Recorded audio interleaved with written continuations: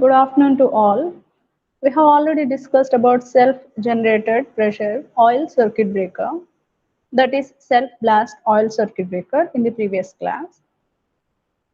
In the self-generated pressure oil circuit breaker, the pressure within the circuit breaker was generated by the arc which is struck between the moving and the fixed contact. These two contacts of the circuit breaker are immersed in the oil, so sufficient pressure is developed within the chamber. Okay, so because of that sufficient pressure which is developed within the chamber because of the arc, the oil will inrush in between the circuit breaker contacts and arc will be extinguished at natural current zero point. So we can say that in self-blast oil circuit breakers, the arc itself will generate the pressure required for extinguishing the arc. Okay, but this self-blast oil circuit breaker has some drawbacks.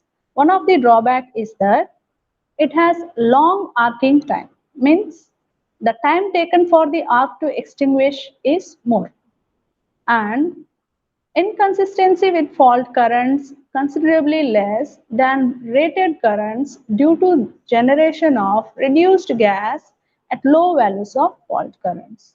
Okay, because of these two drawbacks, we are going for the post-blast oil circuit breaker. So these two drawbacks are overcome in post-blast oil circuit breaker. It is also known as externally generated pressure oil circuit breaker. So the arc itself won't be able to extinguish. Okay, it won't be able to generate sufficient pressure within the chamber in this post-blast oil circuit breaker. We can even call it as impulse type oil circuit breaker. So this is post-blast oil circuit breaker. So in post-blast oil circuit breaker, the necessary pressure is developed by some external mechanical means independent of the magnitude of the fault. In this type of circuit breaker, oil pressure instead of being created by the arc is created by some mechanical means with the help of a piston cylinder arrangement. Okay, there is a piston cylinder arrangement provided to the spot or chamber of the circuit breaker in which moving contact and fixed contacts are placed filled with mineral oil.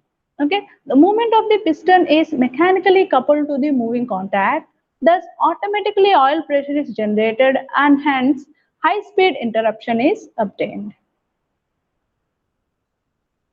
So in this circuit breaker, whenever fault occurs, the moving contact will start moving away from the fixed contact and arc is struck between these two contacts. So since the moving contact is mechanically coupled to this piston, what will happen is as the moving contact starts moving away from the fixed contact and as the arc is struck between these two contacts, what will happen since this moving contact is mechanically coupled to this piston, the piston will start moving inwards into this chamber. As the piston starts to move inward into this chamber, what will happen is the pressure within this chamber will gradually increase and this piston will force a jet of oil towards the contact gap which will extinguish this arc which is struck between these two contacts. As the pressure developed is independent of the fault current to be interrupted, the performance of this breaker is constant. Okay, irrespective of whether the fault current is low fault current or high fault current, the pressure developed will be same within this chamber to extinguish the arc. So the performance will not vary. The performance of the circuit breaker will remain same whatever may be the fault current. The quantity of oil required in this circuit breaker is only 1/4 of that of the oil required for interrupting the arc in the case of self-blast oil circuit breaker.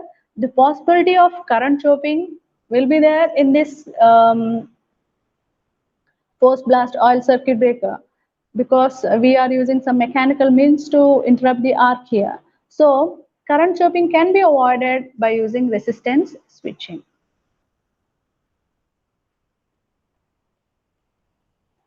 So advantages of this post-blast oil circuit breaker is that the arc will not generate its own pressure. Okay, the pressure is developed by some external means. Okay, and so fault current is independent of the pressure developed within the chamber. Okay, irrespective of whether the fault current is magnitude is large or low. Okay, the interruption will automatically take place by the piston arrangement which is provided here. Okay, so this is one of the advantage, and the quantity of oil required is only 1/4 to that of your self blast oil circuit breakers. These two are the advantages. The oil quantity is reduced, and irrespective of the magnitude of the fault current, arc interruption will take place. Next is minimum oil circuit breaker, or you can call it as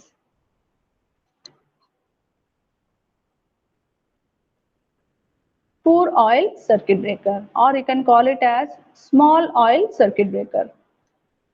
Okay, so we have seen,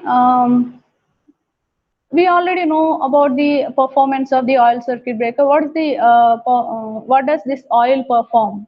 Okay, what is the operation of this oil? We already know. Okay, so the operation of the oil is to extinguish the arc, as well as it acts as the insulating medium. Okay, it performs two functions. Oil performs two functions in the oil circuit breaker. It acts as the arc extinguishing medium, and it acts as the insulating medium. So the quantity of oil required for arc extinction is very small, but the oil required for insulation purposes, the quantity is very large. Large quantity of oil is required for insulation purpose. For arc extinction, very small quantity is more than sufficient. Okay, based on this fact, minimum oil circuit breaker has been developed. Okay, so let us see what is this minimum oil circuit breaker. You can even call it as live tank circuit breaker. Minimum oil circuit breaker is also known as live tank circuit breaker. In a minimum oil circuit breaker, very small quantity of insulating oil is used in the arc extinguishing chamber. Okay, for insulation purpose, different insulating materials like porcelain, bakelite paper, glass fiber, etc. are used for insulation purpose in this low oil circuit breaker. It consists of two oil filled chambers. Okay, one is the upper chamber, another one is the lower chamber. You can see here, supporting chamber is the lower chamber, and the circuit breaker chamber is the upper chamber. Arc is extinguished in the upper chamber. Therefore, it is also known as arcing chamber. Upper chamber is also known as arcing chamber. A spring-loaded vent valve and a breather is provided in the upper chamber. A breather is provided in order to prevent moisture from entering the circuit breaker into the upper chamber. And the spring-loaded valve is provided in order to allow oil to enter into the circuit breaker chamber whenever the oil level is reduced. So the arcing chamber consists of an arc control device, an upper fixed contact, and a lower moving contact. The This is the upper fixed contact. This is arc control device, that is arc extinction device. Okay, and this is the moving contact. So it consists of a fixed contact, arc extinction device, and a moving contact. The whole assembly of this fixed contact, arc extinction device, or moving contact, the whole assembly is filled with the oil. Means all these are immersed in the oil and enclosed in a glass fiber enclosure. Okay, so all these are enclosed in a glass fiber enclosure. Oil in the lower chamber is used for insulation purpose in this lower chamber, and the arc will not extinguish in this lower chamber. It has to do nothing with the arc extinction. It is used only for insulation purpose. Both upper and the lower chambers are individually surrounded by a cylindrically shaped synthetic resin bounded paper within a porcelain insulator. This is the porcelain insulator. You can see these are the porcelain insulators. Okay, and inside there will be a synthetic resin bounded paper inside these insulators. You can see here, this is the upper chamber, this is the lower chamber.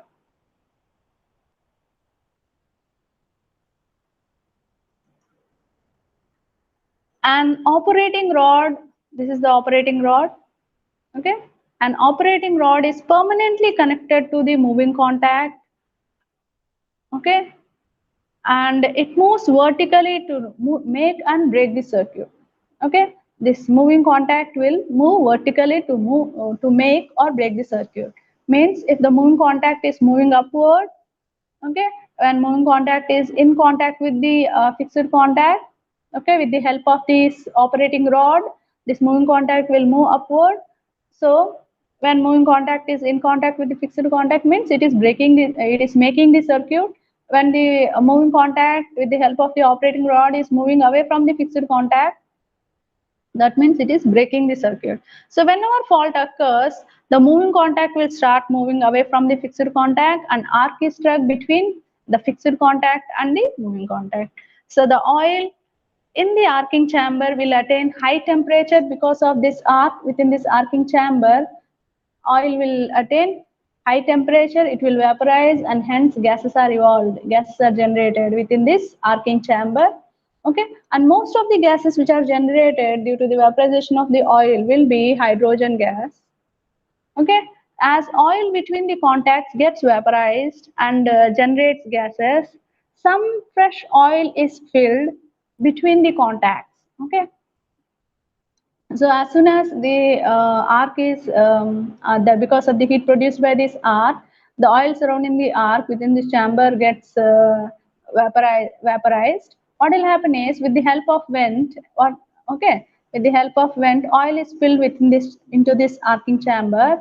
Fresh oil is filled into this arcing chamber, and this fresh oil also gets vaporized and it evaluates or generates gases.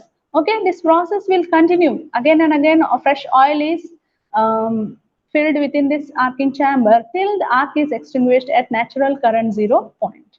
Okay, the arcing chamber will contain a separator which fills fresh oil into it, okay, by centrifugal action when breaker operates under fault condition. Okay, an oil filling valve is also fitted in the top casting of the arc control device in order to fill this chamber with oil again and again. Okay, the valve which is fitted in the upper portion of this chamber will be spring loaded and it closes when pressure is set up within the device. Sufficient pressure is there within the device. When pressure is set up within the device, the valve will close. But as the stress vanishes due to arc extinction, the valve opens to allow inrush of oil. As soon as arc is extinguished, the pressure within the chamber will vanish. Okay, and this valve will open to allow the inrush of the fresh oil in order to avoid restriking of the arc. So due to the oil filling valve, vaporized oil is quickly replaced by fresh oil and arc is extinguished and it is not restruck again.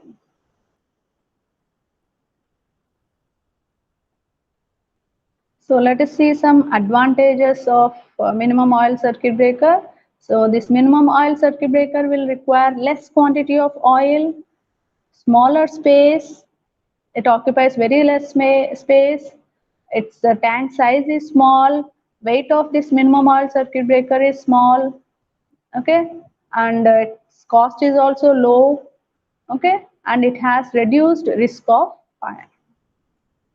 Disadvantages are increased degree of carbonization due to smaller quantity of oil, rapid deterioration of dielectric strength of oil due to high degree of carbonization, and difficulty in removal of gases from the contact space in time. Okay, these are the disadvantages. Okay, there will be increased degree of carbonization due to smaller quantity of oil and rapid deterioration of the dielectric strength of oil due to high degree of carbonization will be there, and there will be difficulty in removal of gases from the contact space in time. Okay, and these are the advantages of the minimum oil circuit breaker which I have already discussed.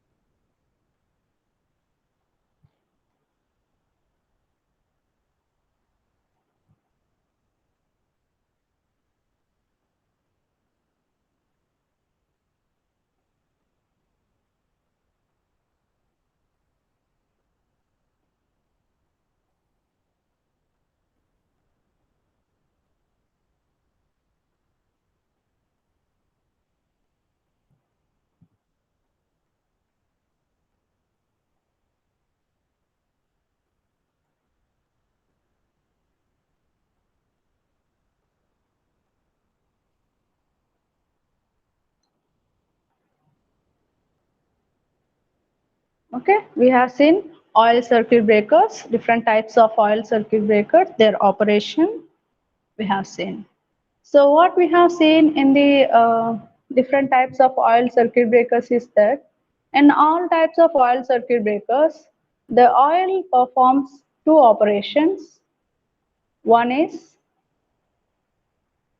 oil is used for extinguishing the arc. Other property of the oil is it acts as the insulating medium.